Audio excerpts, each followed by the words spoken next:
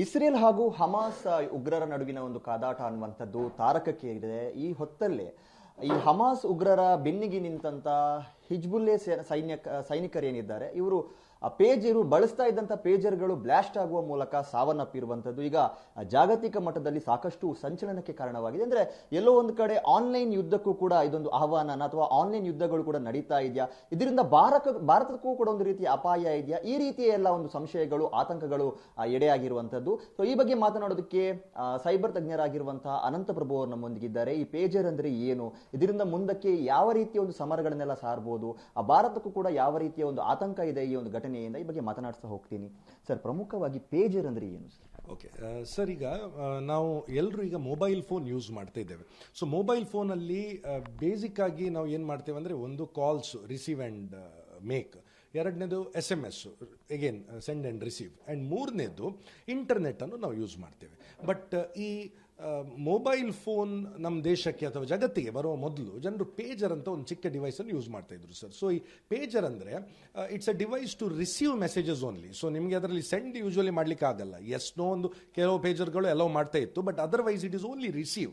So ನೀವು receive ಮಾಡುವಾಗ ಯಾವುದಾದ್ರೂ ಒಂದು ಮೆಸೇಜನ್ನು, ಈಗ ಫಾರ್ ಎಕ್ಸಾಂಪಲ್ ನಿಮ್ಮ ಹತ್ರ ಕಮ್ಯುನಿಕೇಷನ್ ಯಾವುದೇ ಇರದಾಗ ನೀವು ಒಂದು ಕಡೆಯಲ್ಲಿ ಇರ್ತೀರಿ, ನಿಮಗೆ ಅದೊಂದು ಮೆಸೇಜ್ ಬರುತ್ತೆ, ಒಂದು ಟೆಲಿಗ್ರಾಮ್ ಥರನೇ, but it comes to you. So ಇದೊಂದು ಪೇಜರ್ ಅಂತ device. So pager is very ಎಂತ ಹೇಳೋದು, safe and secure compared to mobile phone. ಯಾಕಂದರೆ ಮೊಬೈಲ್ ಫೋನಲ್ಲಿ ಮೇನ್ ಆಗಿರೋದು ಏನಂದರೆ ಕ್ಯಾಮರಾ. ಸೊ ಒಂದು ಸೈಬರ್ ಕ್ರಿಮಿನಲ್ ಜಗತ್ತಲ್ಲಿ ಎಲ್ಲಿ ಬೇಕಾದ್ರಲ್ಲಿ ಕೂತ್ಕೊಂಡು ನಿಮ್ಮ ಕ್ಯಾಮರಾವನ್ನು ಅವರಿಗೆ ಆಕ್ಸೆಸ್ ಮಾಡಲಿಕ್ಕಾಗತ್ತೆ.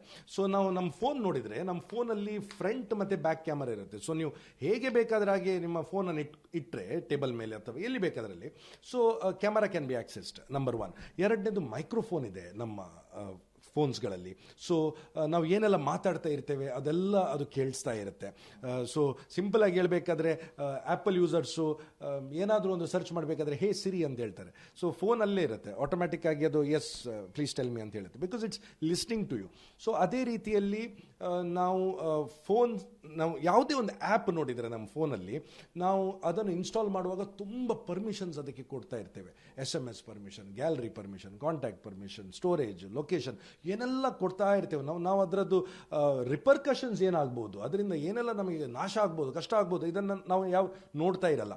ಸೊ ಅದಕ್ಕೆ ಅವರು ಹೆಜ್ಬುಲ್ಲಾ ಏನಿದೆ ಅವರು ಏನು ಮಾಡಿದ್ರು ಅಂದರೆ, ಫೆಬ್ರವರಿಯಲ್ಲಿ ದೇ ಮೇಡ್ ಅ ರೆಸಲ್ಯೂಷನ್, ನಾವಿನ್ನು ಮೊಬೈಲ್ ಫೋನನ್ನು ಯೂಸ್ ಮಾಡೋದು ಬೇಡ. ಯಾಕಂದರೆ ನಾವು ಮೊಬೈಲ್ ಫೋನ್ ಯೂಸ್ ಮಾಡಿದರೆ ಸಿಗ್ನಲ್ ಟ್ರ್ಯಾಕಿಂಗ್ ಮಾಡ್ತಾರೆ ಅವರು.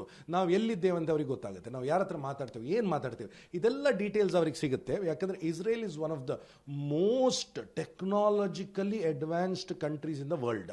ಅಷ್ಟು ಅಡ್ವಾನ್ಸ್ ಇರುವ ಕಂಟ್ರಿ ನನ್ನ ಪ್ರಕಾರ ಯಾವುದೂ ಇರಲಿಕ್ಕಿಲ್ಲ. ಯಾಕಂದರೆ ನಾವು ಅವರ ಆಲ್ರೆಡಿ ಅವರು ಮಾಡಿರುವ ಅಟ್ಯಾಕ್ಸ್ಗಳನ್ನು ನೋಡಿದೆವು. ಸ್ಟ್ರಕ್ಸ್ನೆಟ್ ಅಂತ ನಾವು ನೋಡಿದೆವು, ನ್ಯೂಕ್ಲಿಯರ್ ಪ್ಲ್ಯಾಂಟನ್ನೇ ಅವರು ಅಟ್ಯಾಕ್ ಮಾಡಿದರು. ಅದೇ ರೀತಿ ನಾವು ಇದನ್ನು ಕೂಡ ನೋಡಿದ್ದೇವೆ, ಪೆಗಾಸಸ್ ಅಂತ. ಸೊ ಪೆಗಾಸಸ್ಸಲ್ಲಿ ವಾಟ್ಸ್ಯಾಪಿಗೆ ಒಂದು ಮಿಸ್ಡ್ ಕಾಲ್ ಕೊಟ್ಟು ಆ ಫೋನನ್ನು ಹ್ಯಾಕ್ ಮಾಡುವ ಎಷ್ಟೋ ಸಂದರ್ಭಗಳನ್ನು ನಾವು ನೋಡಿದ್ದೇವೆ. ಸೊ ಹೀಗಿರುವಾಗ ಹೆಜ್ಬುಲ್ಲಾ ಅವರು ಏನು ಹೇಳಿದ್ರು ಅಂದರೆ, ನಾವಿನ್ನು ಇದನ್ನು ಯೂಸ್ ಮಾಡೋದು ಬೇಡ, ಫೋನ್ ಯೂಸ್ ಮಾಡೋದು ಬೇಡ ಅಂಥೇಳಿ ಪೇಜರನ್ನು ಯೂಸ್ ಮಾಡುವ. ಯಾಕಂದರೆ ಪೇಜರನ್ನು ಟ್ರೇಸ್ ಮಾಡೋದು, ಟ್ರ್ಯಾಕ್ ಮಾಡೋದು ಭಾಳ ಕಷ್ಟ. ಸೊ ಅದಕ್ಕೆ ಪೇಜರ್ ಒಂದು AR9 ಅಂತ ಒಂದು ಪೇಜರ್, ಆಲ್ಫಾ ಗೋಲ್ಡ್ ಅಂತ ಕರೀತಾರೆ, ಆ ಪೇಜರ್ ಆರ್ಡರ್ಸ್ ಅವರು ಕೊಟ್ಟರು. ಸೊ ಆ ಪೇಜರ್ ಆರ್ಡರ್ಸ್ ಕೊಟ್ಟದ ನಂತರ, ಅದೊಂದು ಟೈವನೀಸ್ ಬೇಸ್ಡ್ ಕಂಪನಿ, ಟೈವಾನ್ ಇದು ಕಂಪನಿ ಅದು. ಸೊ ಅವರಿಗೆ ಆ ಆರ್ಡರ್ಸ್ ಕೊಟ್ಟರು. ಸೊ ಅವರ ಎಲ್ಲ members, around 3000 members, may be more, but 3000 ಮೆಂಬರ್ಸಿಗೆ ಮೊನ್ನೆ ಅಟ್ಯಾಕ್ ಆಯಿತು, ನಿನ್ನೆ. ಸೊ ಆ ಅಟ್ಯಾಕಲ್ಲಿ ಏನಾಯ್ತು ಅಂದರೆ, around 3:30 in the afternoon, within 1 hour ಟೈಮಲ್ಲಿ ಅವರ pagers, which is actually used message ಮಾತ್ರ ರಿಸೀವ್ ಮಾಡಲಿಕ್ಕಿರುವ ಪೇಜರು, ಬ್ಲಾಸ್ಟ್ ಆಗಲಿಕ್ಕೆ ಶುರು ಆಯಿತು. ಪೇಜರ್ ಯಾವ ಥರ ಬ್ಲಾಸ್ಟ್ ಆಯಿತು ಅಂದರೆ, ಅದನ್ನು SS ಅನ್ನುವಂಥದ್ದವ್ರಿಗೆ ಯಾವ ಥರ ಸಿಕ್ತು, ಅದು ಸಾಧ್ಯನಾ, ಅಥವಾ ಇದು ಒಂದು ಪ್ರೀ ಪ್ಲ್ಯಾಂಡ್ ಆಗಿ ಅದನ್ನು ಮ್ಯಾನುಫ್ಯಾಕ್ಚರ್ ಮಾಡೋ ಸಂದರ್ಭದಲ್ಲಿ ಇದೆಲ್ಲ ಪ್ಲ್ಯಾನ್ ಮಾಡಲಾಗಿತ್ತಾ, ಯಾವ ಥರ ಈ ಥರ ಅನುಮಾನಗಳು?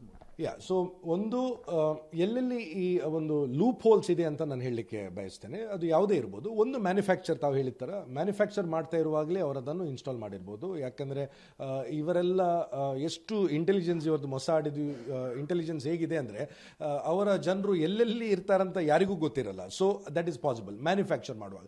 ಎರಡನೇದು, ಮ್ಯಾನುಫ್ಯಾಕ್ಚರ್ ನಾರ್ಮಲಿ ಆಗಿರುತ್ತೆ, ಬಟ್ ಆ ಶಿಪ್ಮೆಂಟ್ ಬರುವಾಗ ಇದಕ್ಕೆ ಸಪ್ಲೈ ಚೈನ್ ಅಟ್ಯಾಕ್ ಅಂತ ಕರಿತೇವೆ ನಾವು. ಸೊ ಸಪ್ಲೈ ಚೈನ್ ಅಂದರೆ, ಬರ್ತಾ ಇರುವಾಗ ಮಧ್ಯದಲ್ಲಿ ಅದನ್ನು ಸ್ಟಾಪ್ ಮಾಡಿ ಅಲ್ಲಿರುವ ಎಲ್ಲ ಐಟಮ್ಸ್ಗಳನ್ನು ತೆಗೆದು ಅದರ ಒಳಗೆ ಒಂದು C4 ಚಾರ್ಜ್ ಅಂತ ಸಿಗುತ್ತೆ. ಆ C4 charge is one explosive, very small AA size ಬ್ಯಾಟ್ರಿದು ಬಟನ್ ಸೆಲ್ ಅಂತ ಹೇಳ್ತೇವಲ್ಲ ನಾವು.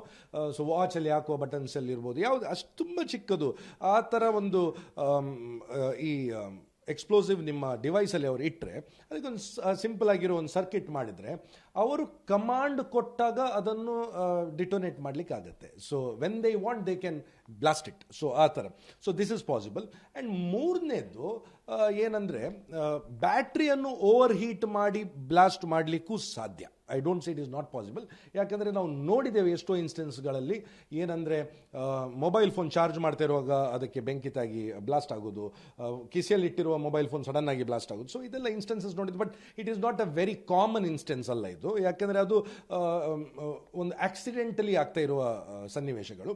ಬಟ್ ಇಲ್ಲಿ ಅವರು ಅದನ್ನು ಮಾಡುವ ಸಾಧ್ಯತೆಗಳು ಇರ್ಬೋದು. ಬಟ್ ತುಂಬ ಚಾನ್ಸಸ್ ಆರ್ ಲೆಸ್ ಅದರಲ್ಲಿ. ಯಾಕಂದರೆ ಈ ಲಿಥಿಯಂ ಅಯನ್ ಬ್ಯಾಟ್ರೀಸ್ ಏನಿದೆ ಅದರಲ್ಲಿ ಬೇರೆ ಬೇರೆ ಶೇಪ್ಸ್ಗಳಲ್ಲಿ ಬರುತ್ತದು. So cylindrical batteries are more prone to such attacks. But ಆದರೂ ಕೂಡ ಒಂದು ಬಾಂಬ್ ಬ್ಲಾಸ್ಟ್ ಆಗಿ ಥರ ಆಗಲ್ಲ ಅದು. It will slowly catch fire and after that it will blast. But ಈಗ ನಾವು ನೋಡುವ ವಿಡಿಯೋಸ್ಗಳಲ್ಲಿ ಹೇಗೆ ಕಂಡು ಬರ್ತಾ ಇದೆ ಅಂದರೆ ಸಡನ್ ಆಗಿ ಅದು ಬ್ಲಾಸ್ಟ್ ಆಗ್ತಾ ಇದೆ ಎಲ್ಲ ಕಡೆ and at the same time. So it looks like it is a pre planned properly executed attack. ಈಗ ತಾವು ತಮ್ಮ ಫೇಸ್ಬುಕ್ ಪೋಸ್ಟಲ್ಲಿ ಕೂಡ ನಾನು ಗಮನಿಸಿದೆ, ಭಾರತಕ್ಕೂ ಕೂಡ ಇಂಥ ಒಂದು ಅಪಾಯ ಎದುರಾಗುವಂಥ ಸಾಧ್ಯತೆ ಇದೆ. ಅಂದರೆ ಏನು ವಸ್ತುಗಳನ್ನು ಇಂಪೋರ್ಟ್ ಮಾಡ್ತೀವೋ ಅದರ ಮೇಲೆ ಒಂದು ಸಂಪೂರ್ಣ ನಿಗಾವನ್ನು ಇಡುವಂಥ ಒಂದು ಅವಶ್ಯಕತೆಗಳು ಕೂಡ ಇದೆ. ಇದ್ರ ಬಗ್ಗೆ ತಮ್ಮ 100% ಸರ್. ಯಾಕಂದರೆ ಈ ಥರ ಅಟ್ಯಾಕ್ ಇಷ್ಟವರೆಗೆ ಎಲ್ಲೂ ಆಗಿಲ್ಲ. ಆಗಿದೆ 1996 ಒಂದು ಸರ್ತಿ ಏನಾಗಿತ್ತು ಅಂದರೆ ಯಾಹ್ಯಾ ಅಯಾಶ್ ಅಂತ ಒಬ್ಬ ಬಾಂಬ್ ಮೇಕರ್, ಅವರ ಮೊಬೈಲ್ ಫೋನನ್ನು ಇವರು ಏನೋ ಅದಕ್ಕೆ ರಿಗ್ ಮಾಡಿ ಅವರು ಕಾಲ್ ತೆಗೆದಾಗ ಅದು ಫೋನ್ ಬ್ಲಾಸ್ಟ್ ಆಯಿತು, ಅವರು ಕೂಡ ಸತ್ತೋದ್ರು. ಸೊ ಹೀಗೆ ಆಗೋ ಸಾಧ್ಯತೆಗಳಿರುತ್ತೆ. ಬಟ್ ಈ ಥರ ಒಂದು ಲಾರ್ಜ್ ಸ್ಕೇಲಲ್ಲಿ ಇದಕ್ಕೆ ನಾವು ಬೀಪರ್ ಅಟ್ಯಾಕ್ ಅಂತ ಈಗ ಕರಿತೇವೆ. ಸೊ ಈ ಥರ ಅಟ್ಯಾಕ್ ಎಲ್ಲೂ ಆಗಿಲ್ಲ. ಸೊ ಭಾರತದಲ್ಲಾಗುವ ಕೂಡ ಎಷ್ಟೋ ಸಾಧ್ಯತೆಗಳಿರುತ್ತೆ. I don't say no. ಯಾಕಂದರೆ ಈಗ ಎಸ್ ಪ್ರಧಾನಮಂತ್ರಿ ಮೋದಿಜಿಯವರೀಗ ಮೇಕ್ ಇನ್ ಇಂಡಿಯಾ ಅಂತ ಪುಷ್ ಮಾಡ್ತಾ ಇದ್ದಾರೆ. Everything is fine. But we have to be very indigenous. ತುಂಬ ನೀವು ನೋಡಿದರೆ ಈ ಮೊಬೈಲ್ ಫೋನ್ಸ್ಗಳನ್ನೆಲ್ಲ ನೀವು ನೋಡಿದರೆ ಇಟ್ ಈಸ್ ಆಲ್ ಇಂಪೋರ್ಟೆಡ್. ಎಲ್ಲಿಂದ ಇಂಪೋರ್ಟ್ ಮಾಡ್ತಾ ಇದ್ದೇವೆ ನಾವು? ಚೈನಾದಿಂದ ಮಾಡ್ತಾ ಇದ್ವಿ. Is it a friendly nation? Not at all.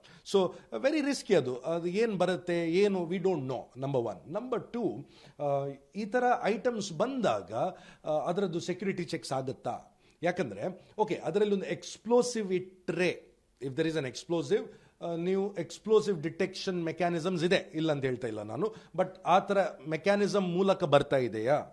ಯಾಕೆಂದರೆ ನಾವು ನೋಡ್ತಾ ಇದ್ದೇವೆ ಶಿಪ್ಮೆಂಟ್ಸ್ಗಳು ಬರ್ತಾ ಇರುತ್ತೆ, ಶಿಪ್ಪಲ್ಲಿ ಪ್ಲೇನಲ್ಲಿ ಅದನ್ನು ಈ ಥರ ಟ್ರೇಸ್ ಆಗ್ತಾ ಇದೆಯಾ ಇಲ್ವಾ? So I have requested the home ministry to take it very seriously. Number 1. Number 2 sir, ಈಗ ಎಕ್ಸ್ಪ್ಲೋಸಿವ್ ಹಾಕದೇ ಬ್ಲಾಸ್ಟ್ ಮಾಡುವ ಸಾಧ್ಯತೆಗಳು ಇರುತ್ತೆ.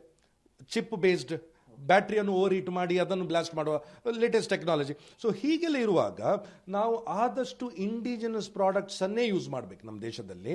ಆದಷ್ಟು ಈ ಬೇರೆ ದೇಶದಿಂದ ಬರುವ ಪ್ರಾಡಕ್ಟ್ಸ್ಗಳನ್ನು ಯೂಸ್ ಮಾಡಬಾರ್ದು. ಆ್ಯಂಡ್ ಮೇಕ್ ಇನ್ ಇಂಡಿಯಾ ಮಾತ್ರ ಅಲ್ಲ, ಅದು ಮೇಡ್ ಇನ್ ಇಂಡಿಯಾ ಇರಬೇಕು. ಯಾಕಂದರೆ ಮೇಕ್ ಇನ್ ಇಂಡಿಯಾ ಏನು ಮಾಡ್ತೇವೆ ನಾವು, ಬೇರೆ ಕಡೆ ಮ್ಯಾನುಫ್ಯಾಕ್ಚರ್ ಮಾಡಿರುವ ಕೆಲವು ಚಿಪ್ಸ್ಗಳನ್ನು, ಪ್ರಾಡಕ್ಟ್ಸ್ಗಳನ್ನು, ಪೀಸ್ಗಳನ್ನು ಇಲ್ಲಿ ತಂದು ಇಲ್ಲಿ ಅಸೆಂಬಲ್ ಮಾಡ್ತೇವೆ. ಅಸೆಂಬ್ಲಿ ಅಲ್ಲ, ಇಲ್ಲಿ ಮ್ಯಾನುಫ್ಯಾಕ್ಚರ್ ಕೂಡ ನಮ್ಮ ದೇಶದಲ್ಲಿ ಆಗಬೇಕಂತ ಹೇಳಿ ನಾನು ರಿಕ್ವೆಸ್ಟ್ ಮಾಡ್ತೇನೆ. ಎಸ್, ಇದಿಷ್ಟು ಅನಂತ ಪ್ರಭು ಅವರ ಮಾತು. ಜಾಗತಿಕ ಮಟ್ಟದಲ್ಲಿ ಸಂಚಲನಕ್ಕೆ ಕಾರಣವಾಗಿರುವಂತಹ ಒಂದು ಯುದ್ಧದ ಸನ್ನಿವೇಶ ಭಾರತಕ್ಕೂ ಮುಂದಿನ ದಿವಸಗಳಲ್ಲಿ ಮುಳುವಾಗಬಹುದು, ಅದರ ಸಾಧ್ಯತೆಗಳು ಕೂಡ ಇದೆ. ಒಂದು ಆನ್ಲೈನ್ ವಾರಿಗೆ ಕರೆ ಕೊಟ್ಟಿರುವಂಥದ್ದು. ಹೀಗಾಗಿ ಭಾರತೀಯ ಒಂದು ಗೃಹ ಇಲಾಖೆ ಏನಿದೆ ಇದು ಕೂಡ ಸಾಕಷ್ಟು ಎಚ್ಚರಿಕೆಯನ್ನು ವಹಿಸುವಂಥ ಒಂದು ಅಗತ್ಯಗಳು ಕೂಡ ಇರುವಂಥದ್ದು. ಕ್ಯಾಮ್ರಾ ಪರ್ಸನ್ ಕೃಪೇಶ್ ಜೊತೆ ಆದಿತ್ಯ TV5 ಮಂಗಳೂರು.